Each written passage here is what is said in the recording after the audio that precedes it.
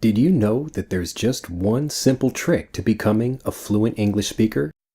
Just one thing you must change about the way you learn to have your words come out naturally and automatically, without hesitation, as if English were your first language every time you speak. Express your exact thoughts spontaneously, continuously, and in detail, without being forced to change what you want to say, or only speak in simple sentences because you can't find the right words. Understand everything you hear in English movies, TV shows, music, and conversations, and finally speak confidently, without ever feeling nervous or worried about mistakes, with the smooth pronunciation of a native speaker. And best of all, this one easy change in the way you learn will help you experience immediate improvement in your spoken English, so you'll finally be certain that you're learning the right way. But before I reveal this trick, I'd like you to know why so many English learners have problems with their English and struggle to become fluent speakers. Why do so many English learners often use words that sound unnatural in conversations?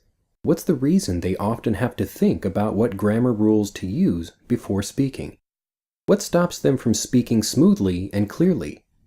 The answer to all of these questions is, in 3 words, how they learn. You see, traditional language learning methods only give English learners part of the fluency puzzle. Lessons teach them grammar rules, but not how to use grammar without thinking when they speak. Students learn English through their own language, so they're trained to hesitate and translate in their heads during conversations.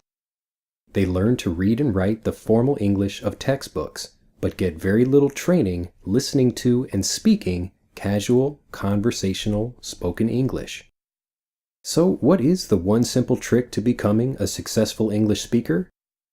It's to learn English like native speakers. Fluency is nothing more than a collection of habits, like using grammar without thinking or pronouncing words correctly. So all you need to do to develop the same habits native speakers have is to learn the same way native speakers learn. When you learn like native English speakers, you master grammar automatically, without grammar tables and boring drills, through visual examples and stories. Building fluency like a native speaker means you also learn slang, idioms, phrasal verbs, and other conversational spoken English expressions in addition to what's appropriate for writing. Learning English the native way means you learn to speak fluent English naturally, actually practicing with native English speakers and building speaking confidence in the real world. When you learn this way, it's easy, fun, fast, and doesn't feel like studying at all, just like how you learned your own native language. Now that you know you must change the way you learn if you want to get fluent, because the traditional methods you've been using until now have not helped you become a confident speaker, how can you start developing the habits of a native English speaker so you can start speaking fluent English confidently? You can begin right now, in this video, by developing one of the most important fluency habits, understanding and using conversational English words and phrases automatically, with a simple vocabulary lesson that will help you learn and properly pronounce the real English words and phrases native speakers actually use when speaking. Here we go. Hello there, it is a pleasure to welcome you to this month's Phrase Builder and Pronunciation Practice lesson.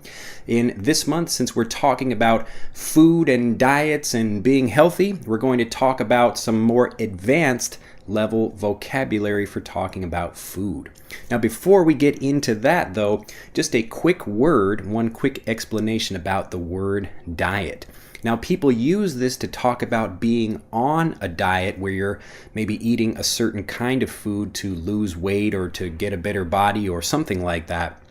But the word diet in general just means the food that you eat. So you can have an unhealthy diet where maybe you eat fast food all the time, or you can have a healthy diet where you eat lots of fresh fruits and vegetables and good meats or something like that. But again, to be on a diet, specifically in the kind of regular, casual form of the word, it just means that you're eating a specific thing with the purpose of losing weight. But a diet really in general just means whatever kind of food you're eating.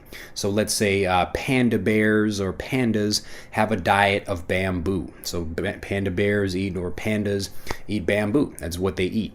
Or goldfish have a diet of little fish flakes or whatever they eat. So basically, anything, it just has a diet. To be having a diet just means the kind of food that you're eating. So there's two senses of the word. One is just the kind of food that you're eating, and the other is the specific casual way of talking about diet. To say that I'm on a diet means that I'm eating a certain kind of food so that I can lose weight. Well, now that we've gotten past that, we can go into our advanced phrases, and then after that we'll talk about a few other interesting casual things that come up in the conversation that will help you sound more native. Let's get started. Our first word is ingest. Ingest. Ingest.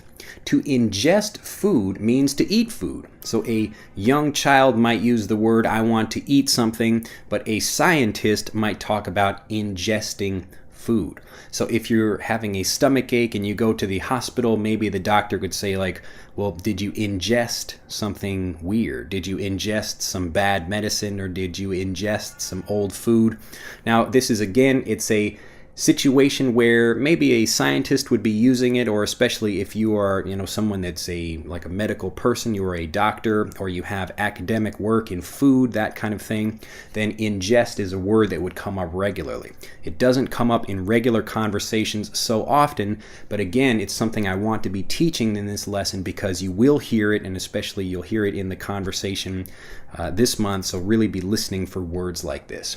Ingest. I had trouble ingesting some food because I broke my jaw, so I couldn't ingest anything. Ingest. Ingest. And connected with this word is to digest. Digest something. So when you digest something, there is the physical digestion, which you take food and then break it down into pieces so that your body can use the nutrients of that food. And there's also to digest information. If you've been a member of Master English Conversation for more than a few months, you'll probably remember I believe it was the lesson with my sister, I believe, and we were talking about journalism and society and talking about being able to digest information. So being able to take information and actually use that in a productive way, just like your body digests food. Next, edible. Now this is actually a word that came up in last month's lesson set about plants and gardening. To be edible is just again, more advanced sounding word for can you eat something? So edible, just like doable or watchable or, legible. So legible means like if you have writing that's something that could be read, it's easy to read. So edible, we're taking eat and able, like being able to do something, and putting it together. Edible. Edible. So sometimes I go walking in the woods around my home and I look for edible plants. Edible plants. Or I'm looking for, maybe some edible mushrooms or some edible bamboo shoots. These are the little young bamboo pieces that are coming out, the young seeds that are growing. So anytime you're looking for something edible, it just means you can eat it. Edible. I hope you go out and be careful when you look for things, because maybe some things are not edible. They are inedible. Inedible. Inedible. Now here's something that's a quick side note, and a side note just means we're going to take our regular information like the lesson here and then just add some little piece of information that's also important. When you're learning about things like this, especially more advanced vocabulary, the best way to learn this is to learn the pieces of these individual words. Because what we're really doing is taking a word like inedible or indigestion, and then we're taking them and kind of mixing and matching and putting them together to make new words that basically mean like You can do something or you can't do something, that kind of thing. And if you can learn them in groups, you learn them together, like inedible, indigestion, inactive, indestructible, things like that. You can learn that in means the opposite of what I'm doing here. And instead of learning the definition of that, you can kind of give your mind or give your brain a sense of what the meaning of that word is. So anytime you're listening to these, listen carefully for the patterns in the prefixes and the suffixes that we're using. So the prefix is the word that comes at the beginning of the sentence, and the suffix is the word that comes at the end, or the part of the word. So inedible. So inedible. So we've got able, which is kind of the suffix there. It's the last part of that, which means you can do something. And we're talking about eating, and then in means you can't do it. So inedible, inedible, inedible. So practice with the prefixes and suffixes and listen carefully to all these words as they appear in the conversation. Next, your daily intake. Daily intake. So again, we're going to take in, your intake. Often the diet that's recommended by the government or by doctors or whatever, they recommend a daily intake of, maybe 2 glasses of milk or 8 glasses of water or, whatever the food is, but they talk about what you should be eating. Again, it's just a bit kind of higher level vocabulary, but it means the same thing. So how much should you eat every day, or what's your daily intake? Your daily intake. So your daily intake of wine or your daily intake of bread or your daily intake of sugar should be so much. My daily intake of sugar should be 1 teaspoon. That's it. I should not have more sugar than that. Or I should have only 2 grams of meat or, 10 pounds of meat, whatever that is. Your daily intake. Daily intake. Next, health nut. A health nut. Now to be nuts, again, and you'll hear this again in the Fluency Corner lesson, but to be nuts about something means you're a big fan of that thing, or it's almost like you're so crazy about it that you can't think about it rationally. You can't think about it in a smart, logical way. So if I am a sports nut, then I really love my local sports team and I'm always cheering for them and I watch every game. And if I am a health nut, it means that I'm serious about health and I'm always learning about new things. What's the latest diet? What's the latest way to get healthy? So I am a health nut.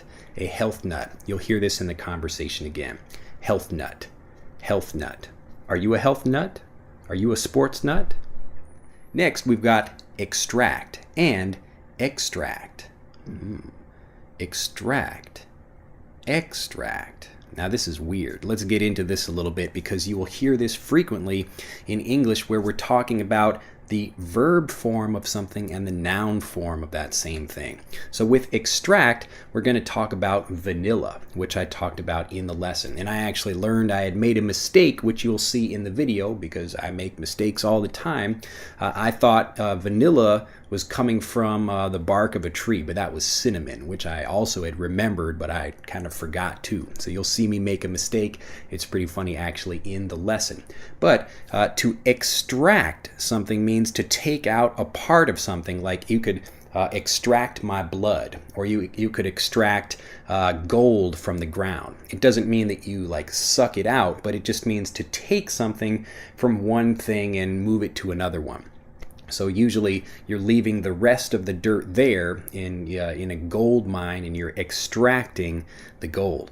But the noun form becomes extract, extract, extract. So we talk about vanilla extract, vanilla extract, vanilla extract.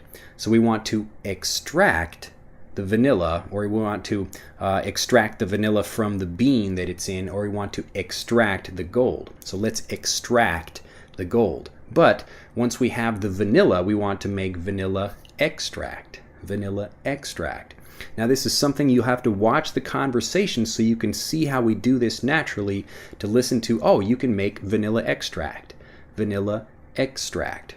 Now, this isn't something that's really particular that you really have to worry about. Most people will understand from the context of the situation. So if you're talking about vanilla extract, then people understand they mean like the bottle of liquid where you've got kind of vanilla flavor in it. So that's a vanilla extract. Or if you want to extract some gold, people will understand what you're talking about as well. And that's why the context of the sentence is very important, or the context of the conversation. Next, salinity. Salinity. When I'm pronouncing it fast, salinity. Even though, again, we have that T sound, salinity becomes salinity when we're pronouncing it quickly. What's the salinity of the ocean? The salinity. The salinity of something just means the amount of salt in it. The salinity. Salt content. So there's really nothing amazing about the word. It's just the more scientific way to talk about what percent of salt or the salt content of something. And so when we're talking about the actual rocks of salt, which you can see in the conversation, we're talking about the different levels or the different amounts of salinity. Salinity. Listen for this word in the conversation. Salinity. Next, a nice, easy, fun word that you will see a lot of in casual conversations is raw. Raw. There is a kind of popular movement now about eating more raw food, so uncooked food. And the reason this is because a lot of the nutrients are destroyed or removed from food when they're cooked. Now, some things, actually, the food becomes better for you when you cook it. Again, I'm not a chef. I don't know specifically, but I've heard both of these things. And the raw thing, it's just you could be eating anything like raw fish or especially raw vegetables. So instead of cooking things or boiling them, you just eat the raw vegetable. I actually like to eat lots of raw vegetables. I like salads, and a lot of people in Japan make fun of me because I like to eat raw carrots. So they say I look like a rabbit. Hey, that's okay. I look like a rabbit, maybe. But I like to eat raw carrots. But there's some things that you should stay away from, like raw eggs. Maybe some raw eggs can be good in some places. I know in Japan I've actually had raw eggs, but I recommend you don't try raw chicken. Now that actually, that was really awful for my body. I actually talked about that in a lesson where I went to Japan recently. But I talked about eating raw chicken, and I do not recommend you eat raw chicken. It will definitely, or it could potentially be quite bad for your body. Raw. Our next word is unadulterated. I really love this word, unadulterated. This is a really classy, advanced way of saying that you haven't put any chemicals or any bad things into something. To adulterate something means to put like a poison into it, or a bad thing, a chemical, or to even just mix it and make it not pure anymore. So unadulterated honey means there are no processed foods or sugars or anything added to the honey. It is pure. So it's just a, again, more advanced way of saying pure or fresh or natural. So that is just kind of the normal food. It's unadulterated. And if you adulterate something, you add something to reduce the purity of it. So you could have unadulterated food, which is usually what we talk about it. And again, it doesn't mean it's necessarily poisonous or bad for you. It just means you're lowering the purity level of that. Adulterated or unadulterated. I like to eat unadulterated honey. I like to eat unadulterated honey. Now we'll get into some of the longer phrases that appear, and we'll make a few sentences and go over their pronunciation. Here we go. The first one is my mistake. My mistake. This is a very casual, very clear and easy way to say, oops, I've made a mistake. So in the conversation when I'm talking about I thought I was being smart, that show I knew that vanilla came from the bark of a tree, but it actually doesn't come from the bark of a tree. And I'm a little bit stupid, I guess, maybe, because I was even talking about vanilla beans. So if it's a bean, it comes from the bean of the tree and not the bark of the tree, but we all make mistakes. So instead of a longer thing about I'm sorry, I made a mistake, which is kind of a longer thing to remember, and it's a bit more just kind of not so natural to say, you can just say, my mistake. My mistake. And usually my mistake is for something that's a casual thing. It's not such a big problem. Now, if I have a bad car accident, I would not say, my mistake. I mean, that's a serious problem, so we wouldn't use my mistake. But in the conversation, I'm using my mistake because it's just not that big of a deal. It doesn't matter if vanilla comes from the bark of a tree or if it comes from the bean of a tree. So, my mistake. So, my mistake for introducing it the wrong way. But it's a great example of a nice phrase you can use when you do make a pretty kind of nice, not such an important mistake. My mistake. My mistake. Next, in the same boat. In the same boat. To be in the same boat with someone just means that you have the same situation as them, or you are doing the same thing that they are. And more importantly, whatever happens to them will happen to you also. So usually to be in the same boat with someone means if they are having a problem, you are having a problem as well. So right now you and I could be in the same boat if we are both working for the same company and maybe the company is not doing so well. So, people are talking about like losing their job, or they're talking about the company being bought by another company. And so we are both worried, and we are connected because we are both in the same boat. We're in the same boat on this one. We're in the same boat. So you and other people that are learning English are in the same boat. You can also be learning things or doing things where you're connected to the other people. So to be in the same boat just means you're experiencing the same thing in the same way. And usually if one thing that's good happens or bad happens, that same thing will happen to the other person as well, because you are in the same boat.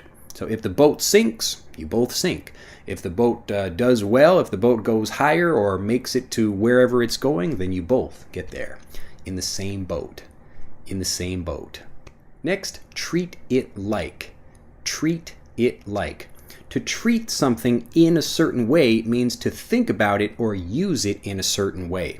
You'll often hear young children that are maybe teenagers that are saying, "Don't treat me like a kid. Don't treat me like a kid." So they are at that age, maybe 12, 13 years old, where they are starting to become an adult, and they are saying, well, don't treat me like a kid. So that means don't think of me like a kid and behave with me as if I were a kid. You can also talk about treat my home like it was your home. So treat my home as if it were your home. So treat it like family, or treat it like it's your own home. So to treat something like something else just means to think about it in a certain way or use it in a certain way. You can treat this lesson like a conversation. You can treat this lesson like a conversation. And that just means that it may not be an actual conversation, but you can think about it as if it were a real conversation, or like we are having a real conversation and we can talk to each other. So treat it like family, treat it like your home, treat it like a kid, treat it like a conversation. It's just the same thing as saying it's compared to this thing, so use it like this or think about it like this. Next, when native speakers are cooking, we often talk about the comparison or the ratio of ingredients. And we don't say 2 cups sugar, 1 cup flour, because that's only for a certain number of ingredients. Let's say I'm having a recipe for cookies and it says 1 cup sugar, 1 cup flour. So what I'm really doing if I want to make a really, really big recipe is 1 part sugar, 1 part flour. This means if I have 4 cups of sugar, I have 4 cups of flour as well.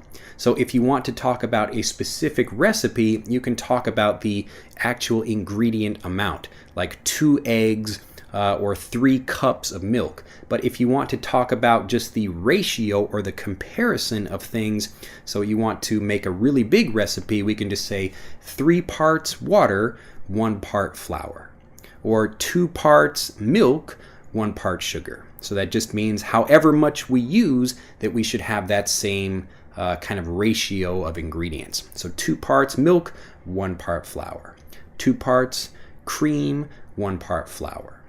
You can also talk about equal parts. So if you've got 1 part egg, 1 part milk, you can say we've got equal parts egg and milk in this recipe. Equal parts egg and milk in this recipe. And finally, our last two phrases for this fun phrase builder lesson, and these are not one bit and for the most part. For the most part. So let's look at them individually. Not one bit is just another casual way of saying not at all. I don't like cookies one bit. Not one bit. That's not true, actually. If you have some cookies, please send them to my home because I do love cookies a lot. But usually, little kids are talking about, I don't like spinach one bit. I don't like spinach one bit, not one bit. So not even a small amount, not even one bit. That's how much I don't like spinach. So not one bit. And the other one is for the most part. And this is a regular kind of phrase way of saying usually. For the most part, I come home after work and I do some studying and then maybe I go to the gym. So that's my regular schedule, for the most part. For the most part. Usually I come home and I read the newspaper after work. For the most part, I come home and read the newspaper after work. For the most part. For the most part, this lesson should be pretty easy to understand, but maybe some things are a little bit tricky and you have to kind of review them and maybe search things online. And again, I don't want to give you everything. I want to give you a way, for the most part, that you can understand things and then actually want to go out and learn more about them. So your education depends on you. I am helping you learn and hopefully I am guiding you to become a better English speaker. But for the most part, the way that you become fluent, all of that, it's on you. So it's up to you to become a great speaker. Well, I hope for the most part this has been a really interesting lesson and that you will, love every bit and that you will not hate one bit of this lesson. Well, I hope it's been a fantastic lesson for you and I look forward to seeing you in the Fluency Corner lesson and the Masterclass lesson this month as well. Go back and review all of these words and phrases and really practice using them in your conversations. That's how you get better. Have a fantastic day and I will see you in the next lessons. Bye-bye. Excellent work. You just increased your native spoken English vocabulary, improved your pronunciation, and have become a bit more fluent with one piece of a complete English fluency training system that's helping thousands of English learners all over the world become confident English speakers. If you enjoyed this lesson and would like to develop all of the habits required to speak fluently, click on the button in this video or in the link in the description below this video to learn more about a very special offer on our powerful English fluency training video course, Master English Conversation 2.0. Master English Conversation 2.0 was designed by learners for learners with everything you need to finally master even complicated grammar points without confusing grammar tables or boring drills, so you can use grammar without hesitation when you speak. Understand everything native speakers say and build a vocabulary of real conversational words and expressions to start speaking naturally and correctly. Improve your pronunciation and sound like a native speaker. Develop the habit of speaking and responding spontaneously in real situations. Remember what you study easily and develop the mind of a native speaker. Overcome shyness, meet native English speakers online and in the real world to practice speaking with and build speaking confidence. Click on the button in this video or in the description below this video to begin getting fluent the simple, easy way, just like native speakers, with a 100% guaranteed English conversation and fluency course, including 5 valuable exclusive bonuses to help you get fluent even faster, available now for over 60% off. You can begin learning immediately, today, with this fully downloadable program and start experiencing immediate improvement in your understanding, speaking, and fluency. Even if you don't live in an English-speaking country, no matter how old you are, and even if you've struggled to get fluent in the past. Click on the button in this video now to get started. I look forward to seeing you in Master English Conversation 2.0.